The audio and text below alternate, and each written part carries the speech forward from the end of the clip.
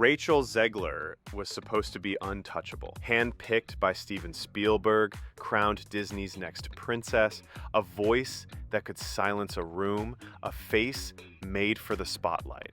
So how did she go from Hollywood's golden girl to public enemy of the internet? How did Snow White go from billion-dollar fairy tale to full-blown disaster? Why are people paying $0 to see her live? And how did one balcony performance, one viral tweet, and one very public meltdown turn her into the name no studio wants to say out loud? This isn't just a fall from grace. It's a career unraveling in real time. And the deeper you look, the messier it gets. Because behind the bad reviews and the fan outrage is a story about fame, ego, timing, and what happens when Hollywood bets big on someone who refuses to play by the rules. Let's break it down. Picture this. An ordinary teenager from New Jersey, relentless on school stages, suddenly called to audition for West Side Story remake. Rachel Zegler. No agent, no connections, just raw talent. Steven Spielberg sees her, and it's done. The casting world has a new talent to keep out their eyes on. Critics gush. She holds her own alongside seasoned stars. Entertainment Weekly calls her a revelation. Then the Golden Globe. She's 19 and already a winner. Hollywood lights flash. A Disney exec spots her on a stroll of stars. Reports say multiple studios are circling. This is classic industry hype. Unstoppable momentum, too fast to stop. At this time, she's still sweet, humble, polite, a relatable rising star. But ambition is a wildfire, containable until it's not. Now enter the interview of judges. Rachel steps in front of cameras to promote Snow White, and suddenly, she sounds different. She won't need saving by a man, she says. The prince is almost stalker-like. She even called the original film outdated and tone-deaf. Empowerment? Maybe. But to fans, it came off as brash criticism. Within 24 hours, Twitter's ablaze.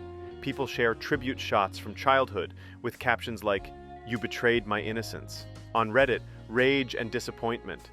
"She's not respecting what made us fall in love. It's like she's attacking our memories."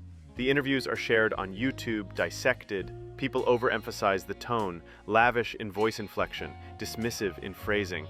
Some influencers say she misread the crowd, coming off like a diva rather than someone championing feminist ideals. From humble hero to arrogant attention seeker in one press cycle. It was supposed to be a typical promotional interview. Smiles, a few scripted answers, and the usual talk about reimagining a classic. But Rachel? She didn't stick to the script. Instead, she leaned into the camera and said this. The original cartoon came out in 1937, and very evidently so. There's a big focus on her love story with a guy who literally stalks her. Weird. So we didn't do that this time. That moment? It was like a spark hitting dry grass. Calling the prince a literal stalker and doubling down with weird, that wasn't just commentary. That was a direct shot at the foundation of the original film. A film many fans grew up with. A film parents had passed down to their kids. A film that helped build the Disney empire. And then she kept going. Rachel explained how this new version of Snow White had nothing to do with romance. We have a different approach to what I'm sure a lot of people assume is a love story, just because we cast a guy in the movie. Andrew Burnap, great dude. She tried to clarify, but the phrasing only made it worse. Instead of reassuring fans, she implied they were old-fashioned for even expecting a love story. It's really not about the love story at all, which is really wonderful. Really wonderful. To her, maybe. To fans? It sounded like she was rewriting the fairy tale and congratulating herself for it. And just to make sure no one misunderstood, she drove it home again. It's an inner journey that she goes on to find her true self. And she meets a lot of people along the way that make the journey really incredible. Now again, the message itself isn't controversial. A princess finding her inner strength, that's great. But what stung was the delivery. Dismissive of the classic, self-congratulatory, and tone-deaf to the fans who'd been supporting Disney long before she was cast. The result? Clips of that interview went viral. People were stitching her quote with scenes from the original film, mocking her as ungrateful, out of touch, even disrespectful. Disney diehards felt betrayed. Comment sections filled with lines like, "Why even remake it if you hate the original? This isn't Snow White, it's just a lecture in a tiara." Rachel's words were supposed to build excitement. Instead, they started a wildfire. Most actors steer clear of politics mid-promo. They learn Disney Plus controversy equals disaster. Rachel didn't. She tweets during a 2024 political rally, "May Trump and his supporters never know peace." Within minutes, the quote is copied, pasted, screenshotted. Pro-Trump influencers share side-by-side graphs showing her film's tanking post-tweet. Anti-woke outlets frame her as proof Hollywood's gone too far. Disney executives are panicking, yet no official response. Meanwhile, fan forums fill with shock. Girls literally cursing half the country on Insta during promo? Silence grows louder than any apology would. And this is exactly the transition point. From an actress to a polarizing political figure. The film opens, lights, fires, promo everywhere except a cold front. Pre-release ticket sales under expectations. Opening weekend brings in $85 million domestic. Good for a standalone film, not for a flagship Disney title with Muppet levels of hype. International box office limp.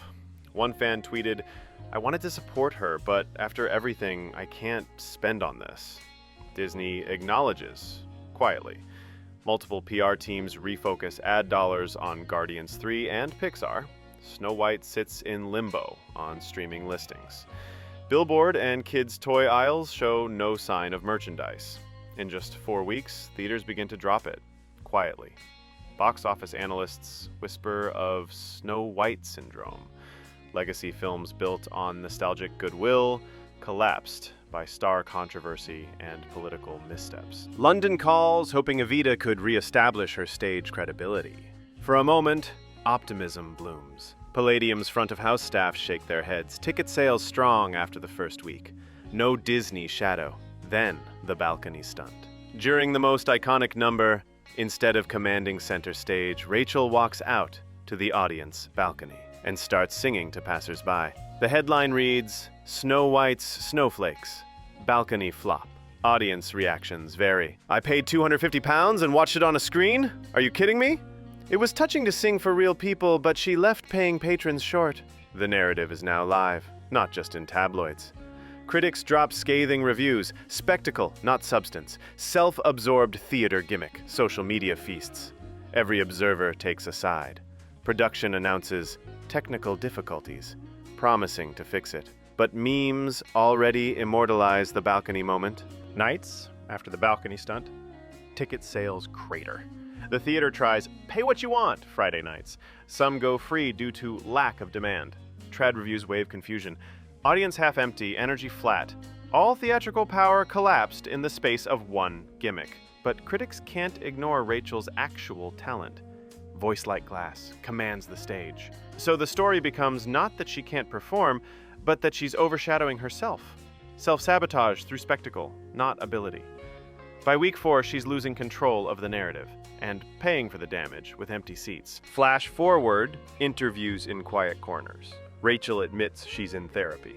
She reveals anxiety meds are helping. She notes she lost sleep over backlash, lost focus, lost trust, lost joy. "I've cried at night thinking, maybe I ruined it." It humanizes her, but in Hollywood, personal pain isn't a box office draw. Fans sympathize, but also say, maybe Hollywood empathy isn't the problem.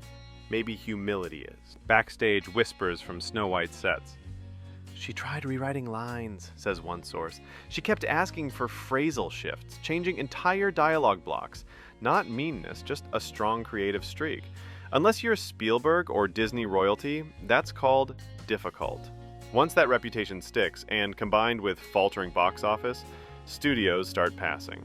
Suddenly, she's on exec maybe list, not canceled, just too hot to touch. Now, Rachel sits at a pivotal moment. Options available. Stay bold, risking further backlash but owning a new public image. Humble rebuild. Small projects, fewer umbrellas, more craft. Vanish. Hollywood timeout could reduce pressure. The industry watches. Her final answer will shape the rest of her career arc. This final thought piece: is Rachel Zegler a young icon burned by speaking her truth, or a cautionary example that boldness needs boundaries? Hollywood has a habit: praise loudly, devour loudly, spit out quietly. From banners to blackouts in 24 months. No more bright-eyed Cinderella. Only a human, flawed, ambitious, misunderstood. Rachel Zegler walks in a strange silence, neither star nor villain yet. She's in that risky mid-ground, visible enough to still spark conversation, distant enough to not anchor a project. Her story is a reminder. Talent doesn't guarantee longevity. Ambition doesn't excuse empathy. What she does next, whether growth, pivot, or disappear, will define the rest of her career. Now I want to hear from you. Is she a modern hero speaking out, or a star who lost her footing by speaking too loud? Drop your thoughts below. Princess Dethroned or Progressive Prophet? Be sure to subscribe to What's News for more video like this.